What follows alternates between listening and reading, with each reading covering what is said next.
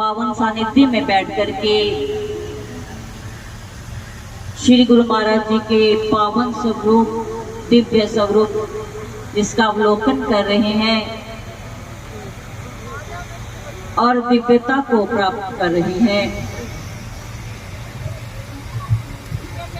जैसा कि सबको विदित है कि इस आश्रम का पुनः रूपांतरण किया गया है और वही हर्ष का विषय है कि आज उसका वार्षिक ये समागम हो रहा है। हम सब जहां पर आए हैं, पूज्य बाबा जी, पूज्य बाई जी, जिन्होंने बड़े प्रेम से बुलाया है और हम सब और आप सब जहां पर एकत्रित हुए हैं, तो कहने का भाव ये है कि संत महान पुरुष कितनी कृपा करते हैं, कितना प्रयास करते हैं हम सबको जोड़े रखने का। ये उनकी बहुत बड़ी अनुकंपा है और सब कुछ श्री गुरु महाराज जी की कृपा के साथ हो रहा है। कृपा श्री नंदी निवासी भगवान जी की है और प्रयास पूज्य संतों का होता है। और इसके पीछे क्या लक्ष्य होता है, संतों की क्या सोच होती है? संतों की यही सोच होती है कि जो सोई हुई रूहें हैं वो जाग जाएं और गुरु महाराज जी के चरणों के साथ जुड़ जाएं। जैसे कहते हैं कि जो मोती होते हैं माला के, अगर वो अलग अलग ऐसे बिखरे रहें तो उनका कोई भी अस्तित्व नहीं। वो बिखरे रहने में उनका कोई भी वजूद नहीं। जब उन्हीं मोतियों को चुन चुन कर धागे के साथ पिरोया जाता है तो एक बहुत सुंदर माला तैयार हो जाती है और उन्हें जोड़ने का कार्य कौन करता है? धागा। धागा ही वो केंद्र है जो उन मोतियों को इकट्ठा करके पिरो लेता है। तो ऐसे ही हम जैसे जीव जो बिखरे होते हैं, बिखरे हुए मोती हैं और संत चुन चुन कर रूहें एक माला पिरोते हैं। और देखिए आप सबके सामने है जो ये आश्रम है, आश्रम में रहने वाले संत जो है वो ही धागे का कार्य करे, वही केंद्र है जो हम सबको पिरो रहे हैं। आप सब उनके चरण शरण में आकर के एक सुंदर माला का रूप धारण कर चुके हैं। एक ऐसी सुंदर माला का रूप सबके सामने आया है और उसका केंद्र बिंदु संत महान पुरुष है, पूज्य बाबा जी महाराज, पूज्य बाई जी और अन्य जितने भी संत इस दरबार में रह रहे हैं, सब एक कार्य कर रहे हैं। और हमारा क्या दायित्व बनता है कि हम सब इनकी चरण शरण में आकर के इनका मार्गदर्शन लें और अपने जीवन को सुंदर विचारों से सजा दें। महान पुरुष ये कहते हैं कि अगर जीव के अंदर एक सुंदर विचार आ जाए तो उसका जीवन बदल जाता है। तो बात विचार आने की है और वो विचार कैसा होना चाहिए? एक ऐसा सुंदर विचार हमारे अंदर उत्पन्न हो जिससे हम अपने जीवन को उन्नति के शिखर पर ले जाएं। और वो विचार कैसे आ सकता है? जब हम गुरुदेव की शरण में जाते हैं, संत सतगुरु की शरण में जाते हैं और उनके सानिध्य में रह करके हम उन विचारों को अपने अंदर उत्पन्न करते हैं। और संत ऐसा आशीर्वाद हम सबको देते हैं, ऐसी शक्ति प्रदान करते हैं जिससे हम अपनी यात्रा को आंतरिक ले जाते हैं। हम बाहर की यात्रा को रोक करके अंदर की यात्रा को शुरू कर देते हैं, और जब जीव आंतरिक यात्रा में चला जाता है तो उसकी बाहरी यात्रा सुगम हो जाती है। अंदर तो सुगम हो ही जाता है रास्ता भजन सिमरन के माध्यम से, बल्कि बाहरी रास्ता भी उसका सुगम होने लगता है। तो कैसे होता है? जब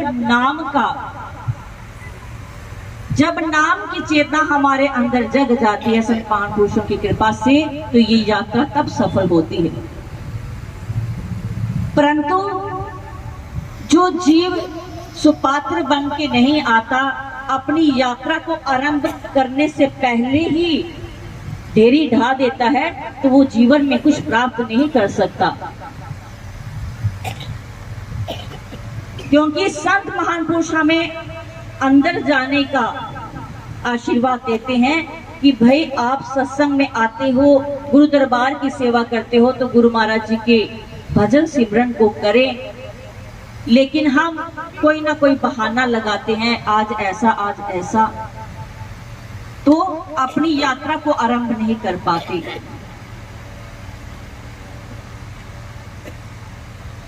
यात्रा आरंभ करने में जो रुकावट आती है उसका निवारण होना चाहिए, क्योंकि हम बाहरी प्रपंचों में पड़ चुके हैं, आडंबर बढ़ चुका है, और प्रपंचों में पढ़कर जीव अंदर जा ही नहीं सकता। जैसे राजकुमार सिद्धार्थ जो महात्मा बुद्ध हुए, महात्मा बुद्ध बनने से पहले जब वो अपने महल से निकल करके ज्ञान की प्राप्ति करने को चले, तो बहुत देर घूमने फिरने और समाधि लगाने के बाद भी उन्हें कुछ ज्ञान ना हुआ, और वो सोचने लगे कि मुझे ज्ञान की प्राप्ति नहीं हो रही, और अपने मन से हार गए, और मन से हार कर कहने लगे कि अब मैं वापस राजमहल चला जाता हूँ। तो वो राजमहल की तरफ, कपिलवस्तु की तरफ बढ़ने लगे मन से हार के। तो रास्ते में जब जा रहे थे जंगल में, तो बहुत प्यास लगी, तो एक झील दिखाई दी, तो झील के पास गए। जैसे ही पानी पीने लगे तो क्या देखते हैं, एक छोटी सी गिलहरी क्या कर रही है, वो झील में जाती है और पानी लगाकर अपने शरीर में, और आकर बाहर रेत पे अपनी पूंछ को ऐसे हिलाती है, और फिर जाती है पानी में ऐसे ऐसे। जब उसके चक्करों को महात्मा बुद्ध देखने लगे, और बड़े प्रेम से जिज्ञासावश उस गिलहरी से पूछने लगे कि हे नन्ही गिलहरी, ये तुम क्या कर रही हो? वो कहने लगी, मैं इस झील के पानी को खत्म करना चाहती हूँ, सुखाना चाहती हूँ। तो वो हंसने लगे कि तुम्हारा वजूद बहुत छोटा है, तुम ये बड़ा कार्य नहीं कर सकती। तो गिलहरी ने कहा, इस झील ने मेरे सारे परिवार को डुबो दिया है, इसलिए मैं अब इसे सुखा दूंगी। तो वो कहने लगी, ये तुम्हारे वश का कार्य नहीं, ये तुम नहीं कर सकती। तो उसने बोला कि निश्चय ही मैं ये नहीं कर सकती, लेकिन मैं ये जरूर जानती हूँ कि जिस कार्य को हम सोच ले, संकल्प ले लें, उसको करने पर वो सफल हो ही जाता है एक ना एक दिन। तो मैं ये निश्चय रूप में ये करती रहूंगी। तो महात्मा बुद्ध को अंदर से ज्ञान हो गया, उनका मन जो था वो समझ गया कि अगर ये छोटी गिलहरी इतना बड़ा कार्य करने में सक्षम है, तो मैं क्यों नहीं। तो उसी समय अपने इरादे को बदला और वापस ज्ञान की प्राप्ति को चले गए। और उनके उस दृढ़ निश्चय ने, सबको पता है कि उन्हें भगवान बुद्ध बना दिया। तो ऐसे ही हम सब जीवों का हाल है कि हम रास्ते की बाधाओं से घबरा करके भटक जाते हैं और गुरु महाराज जी के भजन सिमरन को, संत महान पुरुषों के वचनों को मानते नहीं और फिर क्या करते हैं, फिर दुखों में पड़े रहते हैं। लेकिन अपने दृढ़ निश्चय को अगर हम अपने जीवन में ला दें और भजन सिमरन शुरू हो जाए तो देखना एक दिन हमारा कितना कल्याण होगा। तो अधिक ना कहते हुए आप सब महान पुरुषों की चरण शरण में आए हुए हो, आशीर्वाद आप सबको प्राप्त हो रहा है। पूज्य पाद भाई जी बाबा जी महाराज, जिनका वरद हस्त आपके सिर पर सदा बना रहे, ये संत दीर्घायु रहे, स्वस्थ रहे, गुरु महाराज जी की कृपा रहे, यही शुभ कामना करते हुए बहुत बहुत इस पूरे संत परिवार को और पूरी संगत को बहुत बहुत